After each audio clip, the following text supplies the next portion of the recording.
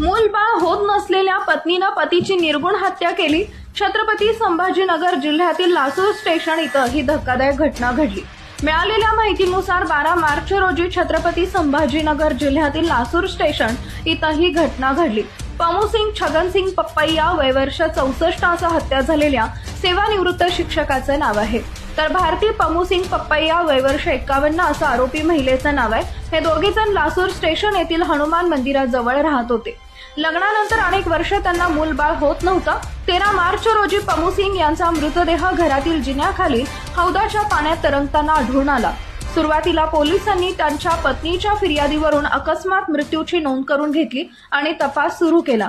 तर पोलीस तपासादरम्यान पोलिसांना संशय आला आणि त्यांनी भारती पप्पैया यांची चौकशी केली. या चौकशी दरम्यान त्यांनी पतीच्या हत्येची कबुली दिली. आपण दगडानं ठेचून पती पमुसिंग यांची हत्या केली असल्याचं त्यांनी सांगितले. लग्नानंतर मूल बाळ होत नसल्यामुळे या पती पत्नींमध्ये सतत वाद होत होते. याच कारणावरून 11 मार्चला रात्री त्यांच्यामध्ये जोरदार भांडण झालं. त्यानंतर पमुसिंग पलंगावर जाऊन झोपले. ते झोपेत असतानाच पत्नीनं त्यांच्या डोक्यात दगड घालून त्यांची हत्या केली. पतीची हत्या झाल्याचा संशय कोणाला येऊ नये यासाठी त्यांनी पतीचा मृतदेह हौदात टाकला. आरोपी भारती पप्पैया या मनोरुग्ण आहेत.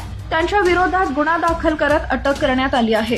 अटकेनंतर त्यांना गंगापूर न्यायालयात हजर करण्यात आले होते. न्यायालयानं त्यांची रवानगी न्यायालयीन कोठडीत केली. सध्या त्यांना हर्सुल कारागृहात ठेवण्यात आलं आहे.